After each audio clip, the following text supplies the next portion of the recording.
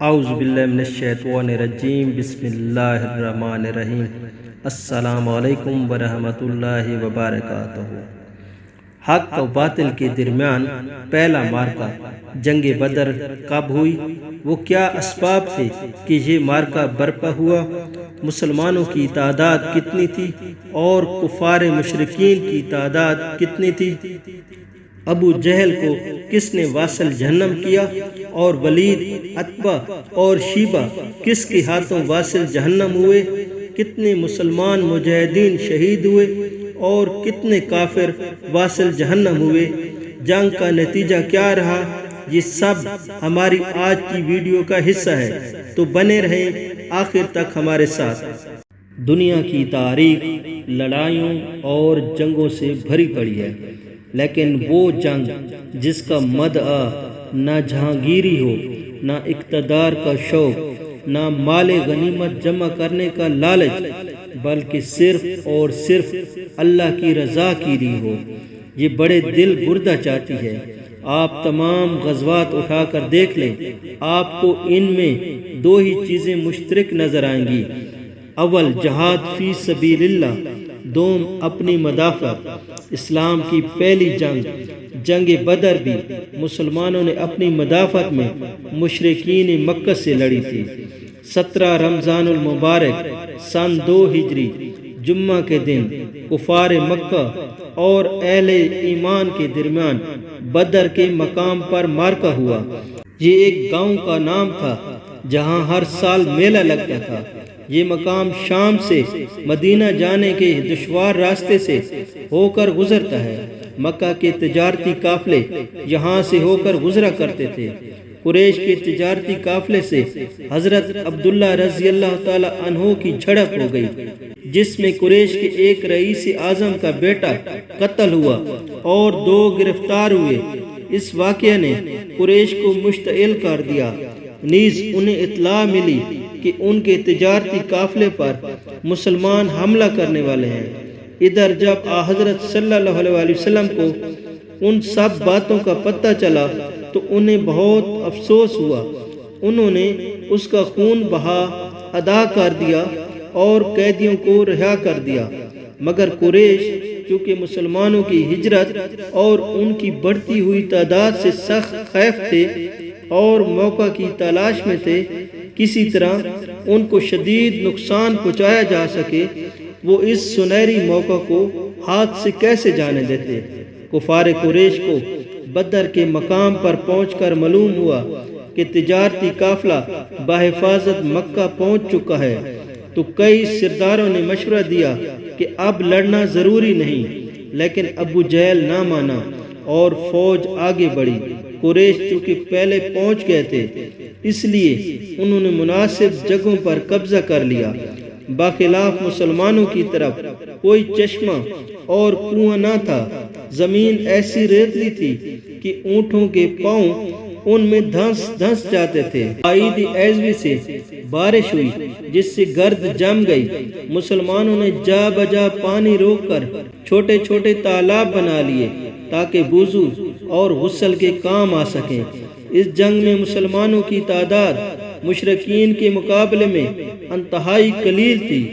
مشرکین مکہ کی تعداد جو کہ 1000 تھی، 300 گھوڑے اور 700 اونٹ تھے، جبکہ مسلمانوں کی تعداد 313، 70 اونٹ اور 2 یا صرف 3 گھوڑوں پر مشتمل تھی۔ مگر ان صحابہ کرام کے دل جذبہ ایمانی کی طاقت سے مالا مال تھے۔ انہیں اپنے اللہ اور اس کے نبی صلی اللہ علیہ وسلم پر پورا بھروسہ تھا۔ لشکر اسلام کا یہ قافلہ 16 رمضان المبارک کو بدر کے مقام پر پہنچا۔ حضرت انس رضی اللہ تعالی عنہ سے روایت ہے کہ رسول اکرم صلی اللہ علیہ وسلم زمین پر ایک خاص جگہ ہاتھ رکھتے اور فرماتے کہ فلاں کافر کی مرنے کی جگہ ہے۔ حضرت عمر اور دیگر صحابہ کرام فرماتے ہیں کہ دوسرے روز جنگ ختم ہوئی تو ہم نے ان نشانات کی جگہ کو دیکھا۔ ہر کافر اسی جگہ مرا پڑا تھا جس جگہ آپ صلی اللہ علیہ وسلم نے نشانات لگائے تھے۔ اس جنگ میں حضور صلی اللہ علیہ وسلم کے لیے جنگی ہیڈ کوارٹر کے طور پر ایک جھونپڑی بنائی گئی۔ تمام صحابہ کرام نے رات بھر آرام کیا۔ صرف ایک ذات تھی جو رات بھر نماز اور اللہ تعالیٰ کی بارگاہ میں دعائیں کرتی رہی۔ آپ صلی اللہ علیہ وسلم نے نہایت رقت آمیز لہجے میں دعا فرمائی، یا اللہ، تو نے مجھ سے جو وعدہ فرمایا ہے اسے پورا کر۔ اے اللہ، اگر آج اہل اسلام کی یہ جماعت ہلاک ہو گئی تو زمین پر تیری عبادت نہیں ہوگی۔ آپ صلی اللہ علیہ وسلم کی رقت آمیزی دیکھ کر حضرت ابوبکر رضی اللہ تعالی عنہ نے عرض کیا، اے نبی صلی اللہ علیہ وسلم، آپ کا رب آپ کی دعا اور وعدہ کبھی رد نہیں کرے گا۔ دوسرے دن جنگ شروع ہوئی۔ اس جنگ میں زیادہ تر صحابہ کرام اور کفار قریش آپس میں قریبی رشتہ دار تھے۔ مسلمان ہونے کے بعد ان کے لیے یہ خونی رشتے اللہ کی محبت میں بے معنی ہو گئے۔ وہ اپنے بیٹوں، بھائیوں اور باپ کے خلاف صف آرا ہوئے۔ صرف ایک رشتہ باقی رہا جو اللہ کی ذات سے تھا۔ اس جنگ میں کافروں کو سخت نقصان اٹھانا پڑا۔ ابو جہل اور عتبہ جیسے بڑے سرداروں کے قتل کے بعد قریش نے ہتھیار ڈال دیے۔ مسلمانوں نے ان کو گرفتار کرنا شروع کر دیا۔ قریش کے بڑے معتبر لوگ گرفتار ہوئے۔ جنگ میں مسلمانوں کے 14 صحابہ کرام نے شہادت پائی، جبکہ قریش کے بڑے سرداروں سمیت 70 لوگ واصل جہنم ہوئے اور اسی قدر گرفتار ہوئے۔ اس جنگ کے بعد قریش کا نشہ حرن ہو گیا۔ بدر کی فتح سے مسلمانوں کی قسمت کا پانسا پلٹ گیا۔ اب وہ محض دین اسلام کے مبلغ ہی نہ تھے بلکہ ایک سیاسی طاقت کی حیثیت بھی اختیار کر چکے تھے۔ انہوں نے ظالمانہ قوت کو مٹا کر عدل و انصاف کی سلطنت قائم کرنے کی بنیاد رکھ دی۔ اس جنگ سے مسلمانوں کے لیے کئی پہلو سے سبق اور نئی راہیں وجود میں آئیں۔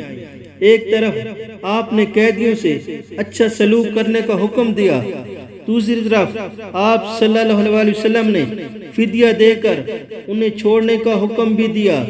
جو نادار تھے اور پڑھے لکھے تھے ان کو فدیہ کے طور پر 10 بچوں کو پڑھانے کی ذمہ داری دی۔ اس سے اندازہ ہوتا ہے کہ آپ صلی اللہ علیہ وسلم تعلیم کو کتنی اہمیت دیتے تھے۔ اس معرکہ میں 2 صحابہ کرام رضی اللہ تعالی عنہم جنگ کے لیے آ رہے تھے تو قریش نے ان کو اس وعدہ پر جانے دیا کہ وہ مسلمانوں کے ساتھ مل کر جنگ نہیں کریں گے۔ انہوں نے یہ بات حضرت صلی اللہ علیہ وسلم کو بتائی تو آپ صلی اللہ علیہ وسلم نے افرادی قوت کی کمی ہونے کے باوجود انہیں جنگ میں حصہ لینے سے روک دیا۔ اس سے آپ صلی اللہ علیہ وسلم کے وعدہ اور اپنی بات پہ قائم رہنے کی اہمیت کا اندازہ ہوتا ہے۔ آج اگر ہم تھوڑی دیر کو یہ سوچیں کہ اس زمانے میں 17 رمضان کو مسلمان کس قدر مشکلات کا شکار تھے، نہ کھانے کو کچھ تھا، نہ پہننے کو ڈھنگ کا کپڑا، نہ رہنے کو مکان، نہ زندگی گزارنے کے لیے تحفظ کا کوئی سامان تھا، ہر طرف دشمن ان کی طاق میں تھے کہ کس طرح ان کو نیست و نابود کر دیا جائے۔ ان حالات میں بھی انہوں نے محض اپنے جذبہ ایمانی کی بنیاد پر اتنی بڑی فوج سے یہ جنگ لڑی اور فتح حاصل کی۔